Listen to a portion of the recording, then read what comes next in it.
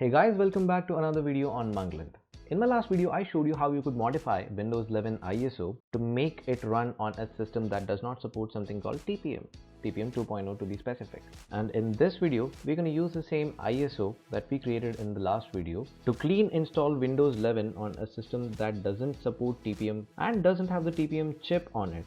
Alright, so for this video, I'm going to use my Core i5 5th generation laptop, which does not support TPM and shouldn't be able to run Windows 11. But thanks to all the work that the netizens have done, we are able to do this today. So without further ado, let me just show you how you could clean install Windows 11 on virtually any PC that you have.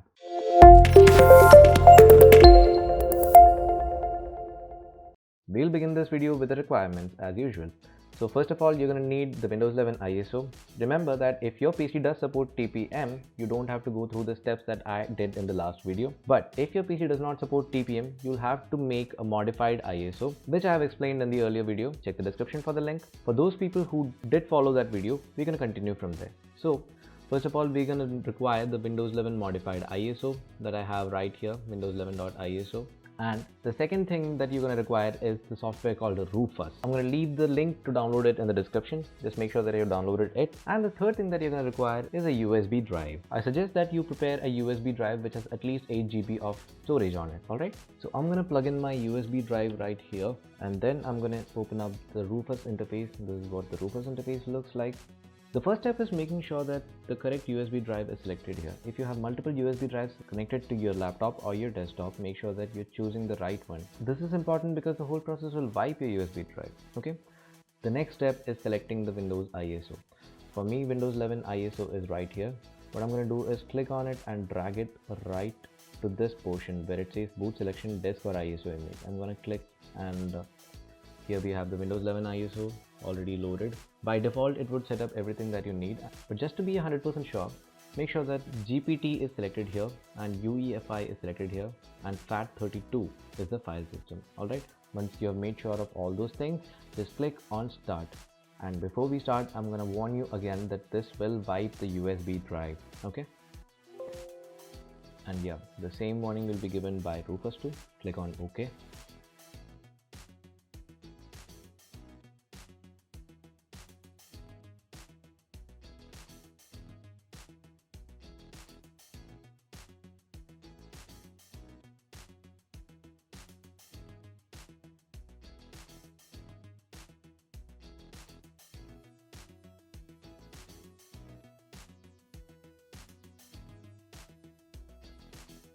So Rufus has completely written the Windows 11 ISO onto the USB drive. Now we're ready to clean install Windows 11 on your system. Okay.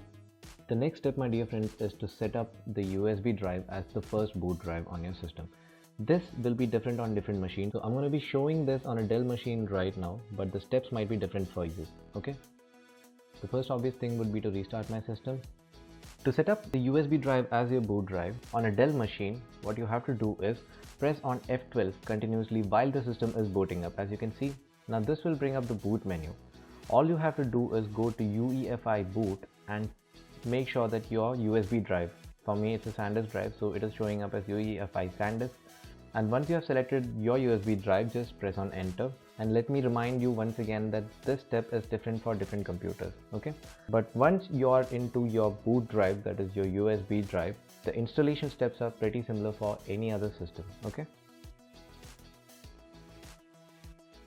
so we are into the Windows setup right now, and as you can see, this is the first step. I'm just going to click on next and then press on install now.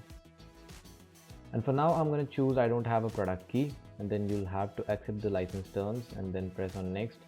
For this, I'm going to choose custom because we're going to be clean installing Windows 11. Okay, and this is my drive right here, the drive that I'm trying to install Windows 11 onto, and I'm going to make sure that this drive is selected and then press on next. So the installation process has started and it's going to take some time, so we'll just be patient. Okay.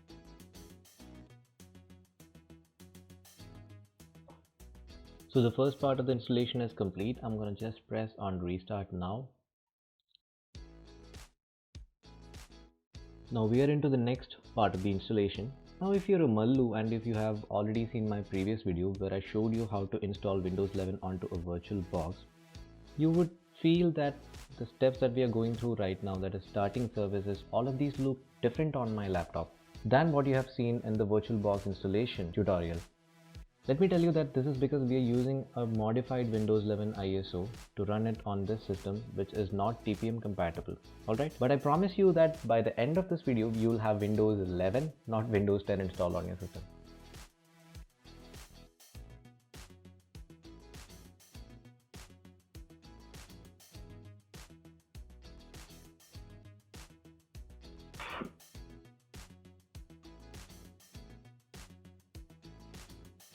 So here we are.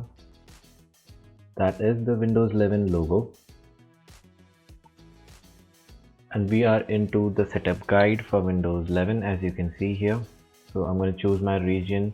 Doesn't matter what you choose here, but I suggest you choose your actual region for now, since this is just a trial attempt. I'm going to choose US and my keyboard layout is US. I'm not going to add another keyboard layout.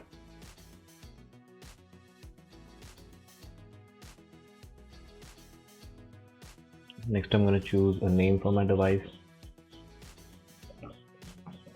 And just input any name here and then click on next.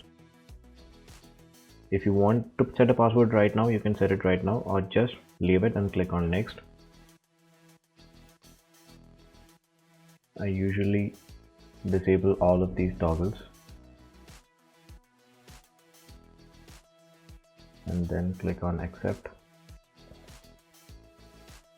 And then it's going to take some more time to set up the UI for you. This will take, I guess, roughly 10 to 20 minutes.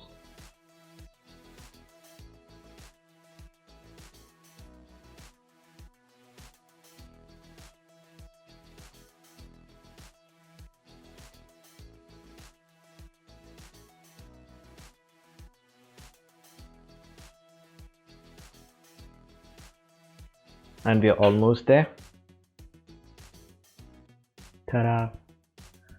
So we are into Windows 11, and before you go anywhere, to see if a system does support TPM or not, all you have to do is press on the Windows plus R button and type in tpm.msc, alright, and press enter. And as you can see, this brings up a window that says that compatible trusted platform module cannot be found on this computer. This means that my system does not support it, and yet we have Windows 11 running on it, right? So all of you can try this procedure as I have explained. And if you like this video, please click on that like button and do not forget to subscribe to this channel and hit that bell button so that you get the notification as soon as a new video comes out. And if you do hit a roadblock, know that I'm always here. Just leave your comments and I'll get back to you. That's a promise. I'll see you in the next video. Bye guys.